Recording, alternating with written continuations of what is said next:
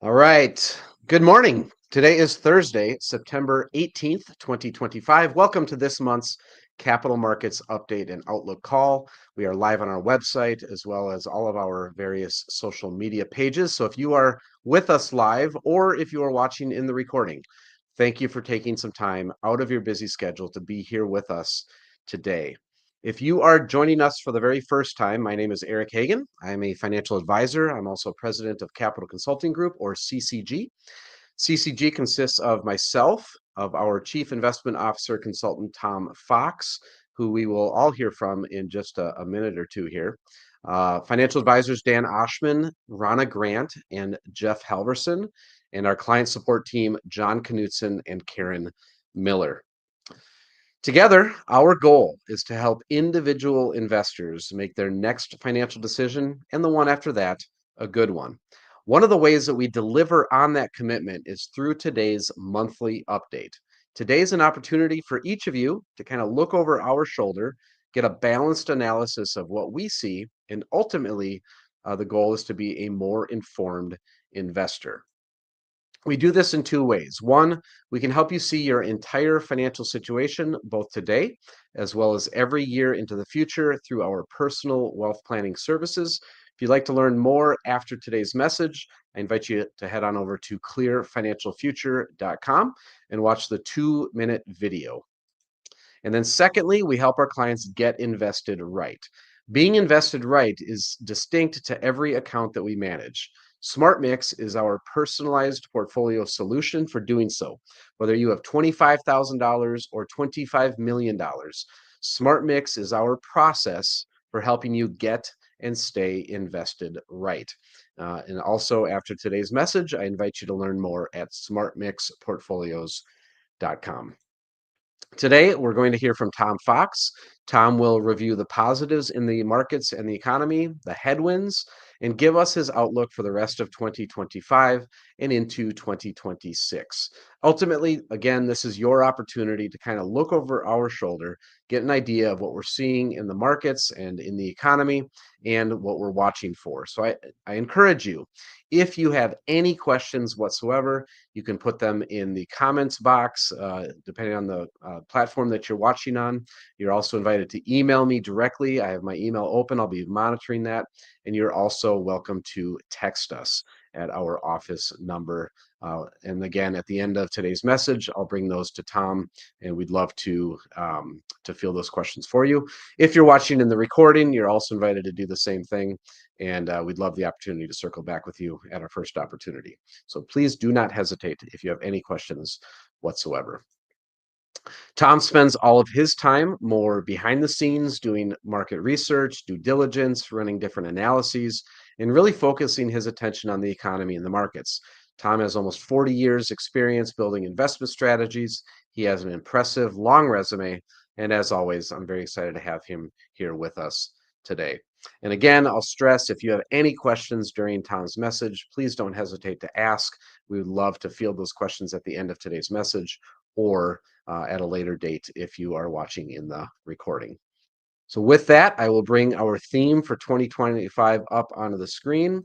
I'm going to add Tom here to our live stream.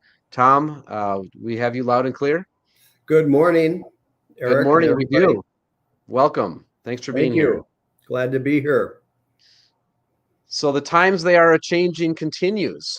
We're excited to hear some more. Yes, and they are changing. Things are going from good to even great, perhaps. So we'll see at the end. I've changed one thing on my forecast to the end of the year, and I think everybody's going to like what I'm saying, but we'll go ahead and look. But of course, we want to look as we go through. We want to, what's the wall of worry? What's the uncertainties? Because markets do not go, Eric, in a straight line. There's volatility, there's pullbacks, corrections, and occasionally a bear market. So things can be volatile, and we're actually in seasonality point in September and October where you have very high volatility.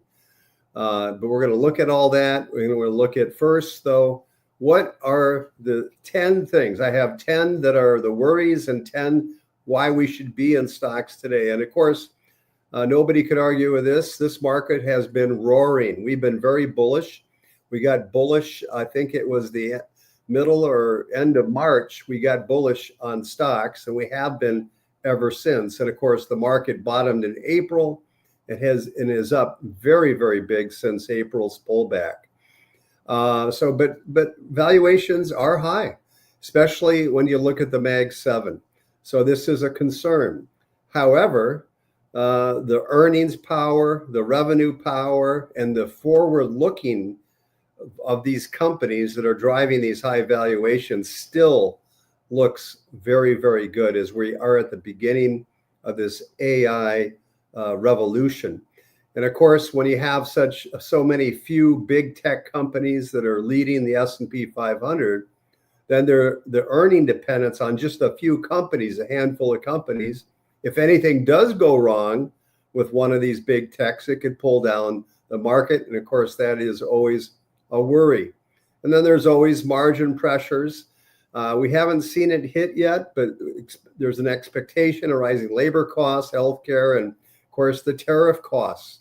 Of course, what we've seen so far is that tariffs have not raised prices. They haven't done exactly what many had forecasted. So they've been coming in much less because either the ones that are exporting to the U.S.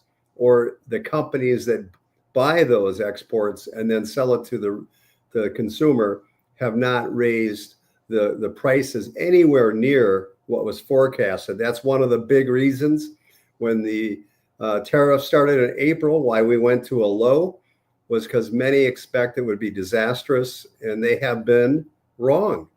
Instead, companies are continuing to make money and the consumer continues to spend.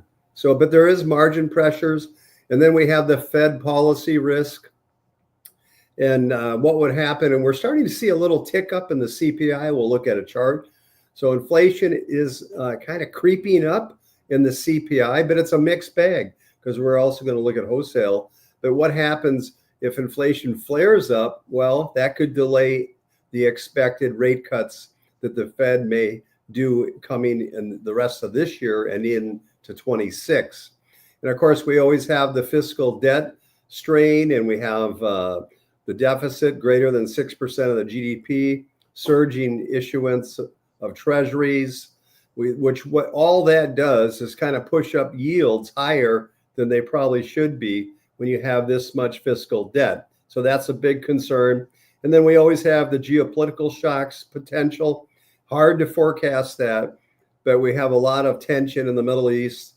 Then you have the U.S. China. What happens if the trade agreements don't come together and that gets derailed?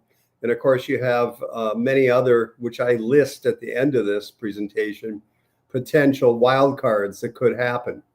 And then, of course, again, the narrow market leadership, fragile. Just the tech and AI have the biggest weightings, historic weightings. And what happens if something goes wrong again in one of those companies or more than one of those companies? And then you have recession risk. We don't see that today, but softer payrolls. We're going to look at employment. We got rising employment happening. We have weak manufacturing, which is a signal of slowdown. There's nobody pointing to a recession that I'm aware of today, but it is getting softer. Employment is getting softer, so we got to keep an eye on that. And then you have persistent inflation. What happens if we actually stick around 3%? We don't get to the Fed target. What will happen? Will the Fed pull back on interest rate cuts and so on? And then you have event-driven volatility. We've got elections coming. It seems like we have elections all the time, but they are coming down the road, and there could be some policy swings or even a cyber AI thing could hit. So we never know, but there could be an event-driven volatility as we move forward. But a lot of these worries or uncertainties are in the market most of the time. So, and some of them are hard to forecast. But what's on the other side? Should we own stocks? What do you think, Eric? I think we should. I think we should. I think we should for a lot of reasons. And one big reason is you've been telling us to. Yes. So again, since sometime in March, we went bullish, came out of some treasury positions, went into equities. We've been definitely tilted towards growth and AI, which has been the big winner. So we've been in the right sectors. We're going to look at some charts on that. But here's one: earnings resilience. I think originally they were expecting 9% earnings growth, and we ended up around 12%. And there's a lot of good news in earnings, even into 26. You can see they're expecting an S&P of 275 in the earnings, which is higher than it was. Tech and healthcare and industrials are expected to do very well. So earnings resilience has been there. There were many naysayers that said that earnings were going to roll over. They did not, and they just kept going, and they're expected to do well so in 26. Then you've got the economic resilience. The GDP's been coming in stronger than expected. And in fact, I'm believing that next year we may be somewhere between 4 and 5% GDP, which means the economy could be humming by sometime next year. So we think there's continuation of the economic resilience. And then, of course, the big undergirding all this is the AI tech boom. Expected 330 billion in capex. That's companies investing in AI. That is not slowing down. Projected 460 billion by next year. So you can see the growth rate there. It's not slowing down. More and more money is going into AI, which is going to change everything as we move forward in this economic revolution. And then, of course, we have Fed policy tailwinds. We got a transition where the Fed now, we're not worried about them raising rates, but they've gone from hawkish to dovish, expecting 3 cuts this year. They just did one yesterday. So that was the beginning. And so the Fed is saying they're going to do 2 more. The market is saying they're going to do 2 more. Well, that is bullish. Whenever you get interest rates coming down, that is a good sign for stocks. And of course, we've had an improving market breadth, where the equal weight S&P 500 is participating, and it's just not the Mag 7. Of course, Mag 7 is outperforming, but we're starting to see other companies begin to improve also. This is positive for the stock market. And typically when you get breadth expansion, then it tends to extend the bull market. We're going to look at some charts on that as later in the presentation. Of course, and if you take away the Mag 7, actually the non-Mag 7, the other companies, other than those big 7, are not too overly priced. 16 times. And if you get falling yields, and there is some PE expansion that could occur in other stocks that have not participated as much as the Mag 7. And of course, we got healthy balance sheets, corporations, especially in the large cap space, strong cash flow, manageable debt, and record buyback programs. I think last month we looked at a chart on that. Companies are buying their own stocks back. That is very bullish for stocks.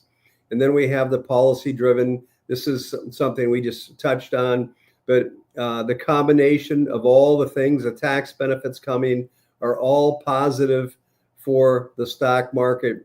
Another thing we're looking at is analysts are expecting increase in M&A, merger acquisition activity. That typically, when that begins to increase, that's a sign that the conditions for the stock market are good. And so that's just another positive sign of why we should own stocks. So if it's not clear, this slide pretty much summarizes where you're at right now. This slide, we are bullish on stocks. We have been against March. We'll see at the end. I have one change that we'll look at. But here, why are we so bullish? Well, look at the earnings. This was the second quarter. 83% of the companies beat the analysts' expectation, and by a large 6.8%. And so I got it a little closer so I can read that. 6.8%. These are solid earnings. So nothing is slowing down, even with all the tariff fears and all that. Companies are making money and they're beating analysts' expectation. On the next chart, this is earnings revision breadth. So not only is it the Mag 7, but it's the other companies, their earnings are going up too. You can see the breadth expanding, and there's a high correlation to the 3-month rate of change for the S&P 500 and the earnings per share revision breadth. So this is all positive. In other words, more analysts are raising the expectation for other companies, even outside the Mag 7. So this is all positive. Everything in the earnings arena is looking very positive. This bull market may have more upside. Let's look at this. Well, this is how much on average, or how long, this is the duration, does a bull market continue after it reaches and recovers its bear market low.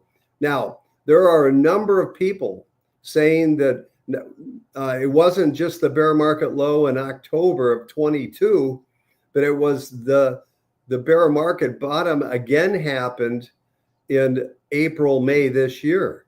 So I don't know which is right, but the NASDAQ went into a bear market, small caps went into a bear market. So there's a number of indexes. The S&P came close.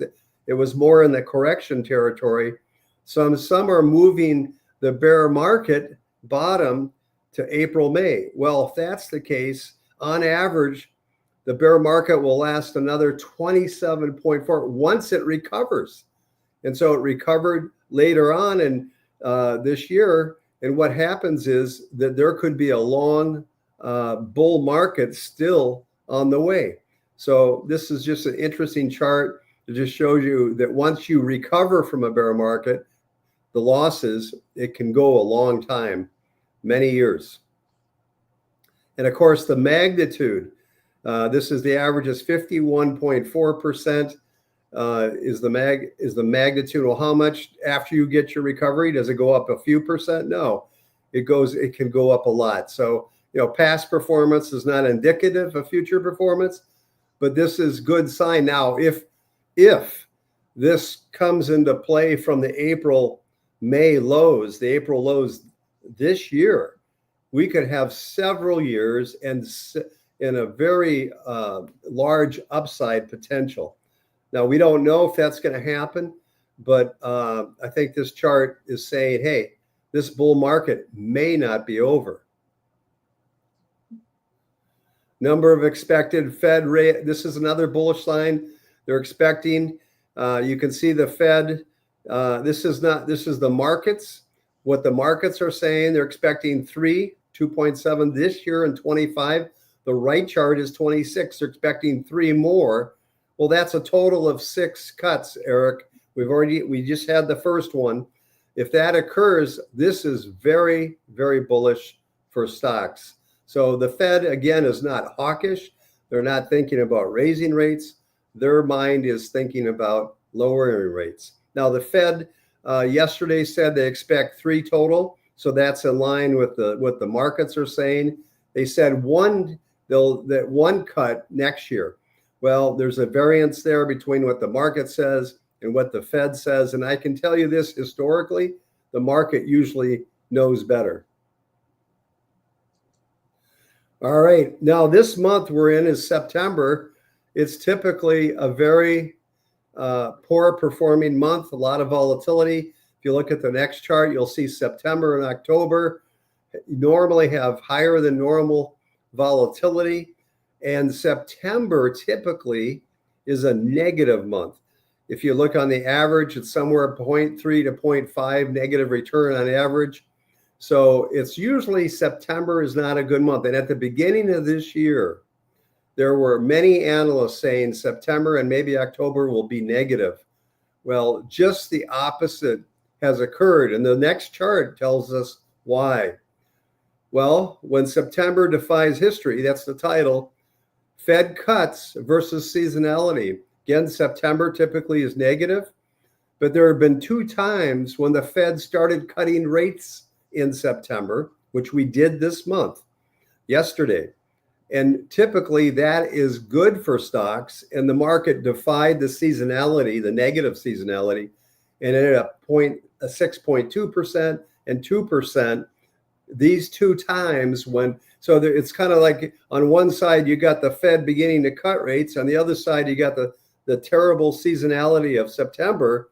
Well, typically, historically, the cuts are greater than the seasonality. And that's exactly what we're experiencing right now. Markets are up big today, and I expect it to continue into throughout this year.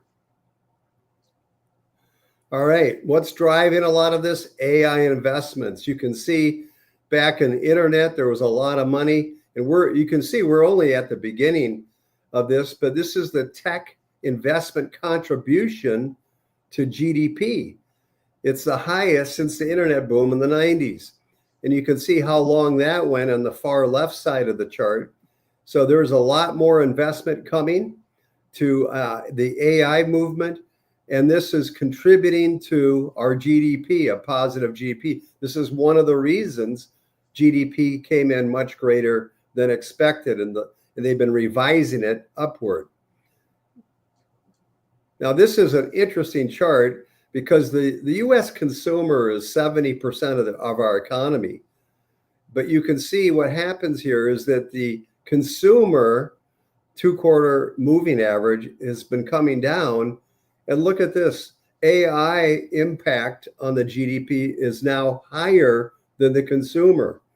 So this investment into AI is surpassing the consumer spending.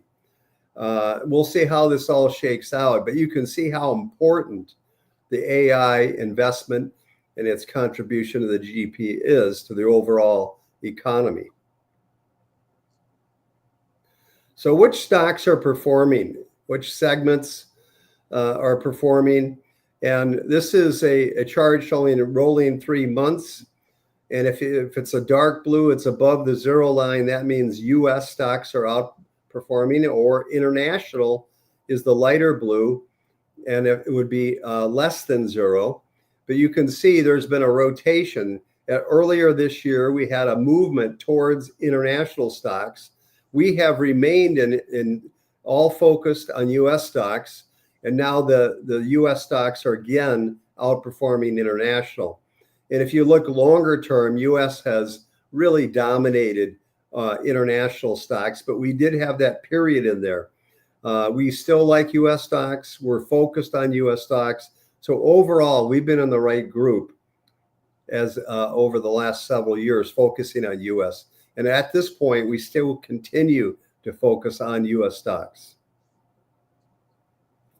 If you look at the large cap versus small cap, you read a lot about small cap should start to rise and so on. But I can tell you that over the last 3 years, the large caps have outperformed small caps dramatically. And you can see that there's been a few periods where small caps have outperformed, but it doesn't seem to last too long. We've been focusing on large caps primarily, and we've been in the right group, and that's why it's impacting our performance. And of course, we've been focused more on growth stocks versus value. If the line is below 0, the light blue, that means growth stocks are outperforming. And you can see that growth has definitely been outperforming value. And we expect that to continue because within the growth stock indexes, we have all the tech stocks, and all the AI movement are typically in growth. All right, what about inflation? Well, it's been a mixed bag. You can see this is the CPI, the whole CPI, and then the core CPI. They both have been going up recently after coming down dramatically since its peak, but it is starting to rise, and so that is a concern. This was the Fed, Paul Chairman Paul talked about this. We have a little bump up in inflation. It was one of our things we listed in the wall of worries. So we are seeing a little movement up in the CPI, but nowhere where people thought it was going to go based on the tariff situation. So it hasn't been as bad, but it is tilting up. So this is something we're watching very closely. Now, if you look at the next chart, that's consumer CPI. This is wholesale. What is the companies paying? Well, that has been heading in the opposite direction. It's been trending lower. So what's happening is that wholesale prices have been coming down while consumer prices have been going up. So we're going to see how this all shakes out. But usually the wholesale, the PPI inflation is a leading indicator. So hopefully this moves over into the CPI.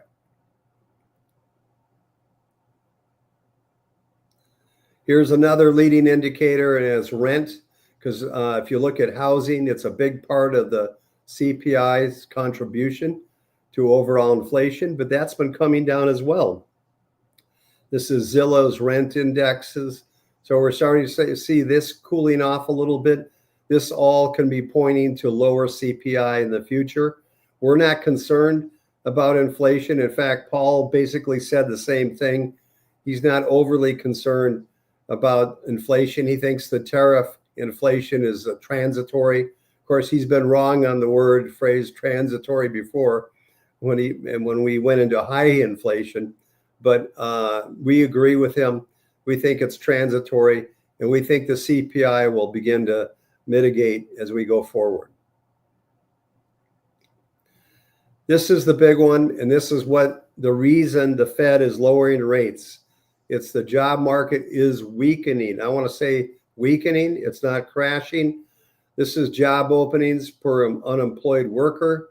So there are fewer jobs available than there was. It's starting to come down. But if you look historically, it normally is lower than where we are today. But it is trending downward pretty fast. And so there's not as many jobs available. And the companies aren't hiring as much.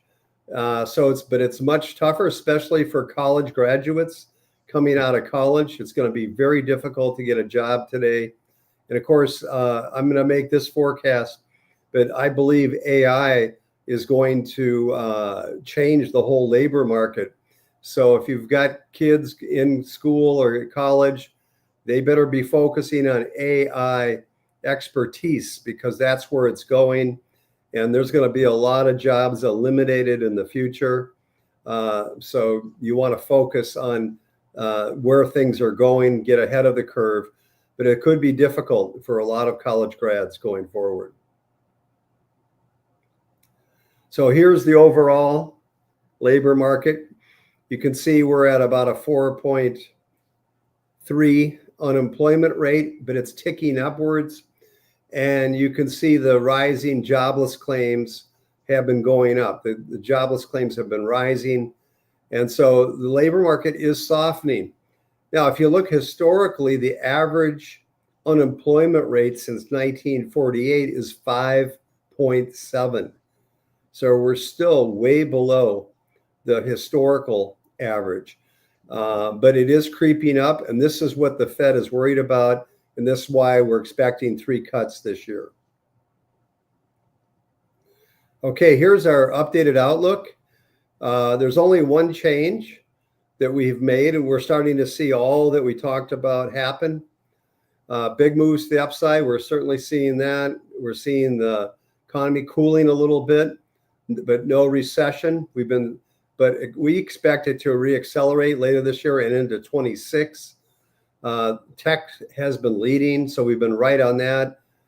Inflation has risen. We've been right on that, but we expect it to retreat later on down the road. And then the Fed restart rate cuts. We said they're going to cut in September and December. Well, that's happening.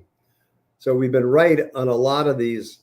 And bond market rally. There was a bond market rally that took place as the expectation for lower rates. And then we changed one change, and we were bullish before, but Eric, I'm more bullish. than I was before. We got the tariffs being negotiated, higher U.S. investment, foreign capex, economy turns up later this year, and then we have the big beautiful bill coming into next year, lower taxes. We're going to have an environment where there's not as many restrictions for business. All of this is going to help all our economy. And of course, when the economy does well, stocks are going to do well. So we're expecting 10 to 20% return for the year. We're on the way to 20.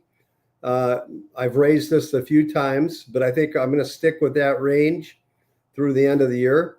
At this point, we expect from where we are right now, we're 13, 14%. I'm expecting that we will probably end closer to that 20% return for the year. If we exceed 20%, Eric, that will be 3 years in a row of 20% returns for the S&P 500. And so that happens occasionally, doesn't happen a lot, but because of what's going on in this administration, their desire to get the economy humming, less restriction, the big beautiful bill, the Fed is dovish, corporate earnings are resilient, the economy is resilient. There seems to be a lot of momentum heading towards a very good year all the way to this end of this year and even into next year. Of course, we have the wild cards out there. You can't forecast these, but we do like to list them, especially assassination. We're seeing more assassinations. And of course, if one of somebody like the president or somebody was assassinated, that would be very disruptive to the stock market. You got Ukraine, Russia, you got Israel, Iran. That's kind of settled down. But then you got the Hamas. So we'll see what happens there. And then you got China and Taiwan. And of course, China trade is another big one here. So we'll see how this all shakes out. But right now, we are more bullish.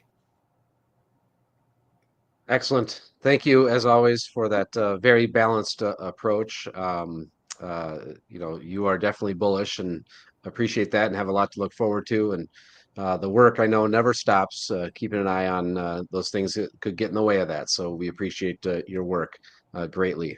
With that, I will open up to any questions. I see a good handful of you out there with us today, so thank you.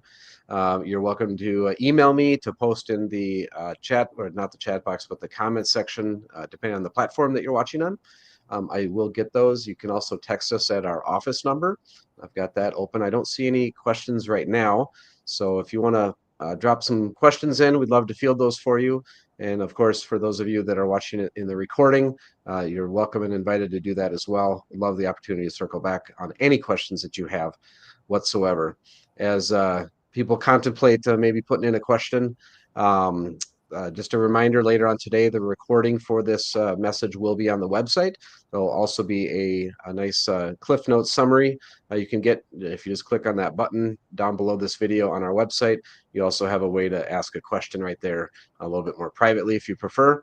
For those of you that don't join me Monday mornings, I start off my week with a short 3 to 5 minute update on what's going on in the markets, kind of summarizing what we saw. Again, broadcast this on all the different social media pages. So if you are following us on any of those pages, thank you. If you're not, head on over, like, follow, subscribe, turn on notifications, all of those things. So and then later on in the day on Mondays, 2 p.m. Central, I send out an email with some additional content of things going on around the office, reminders, things like that. And then I also link back to that Monday morning video. So if you're not getting that email and would like it, you can subscribe at our website as well.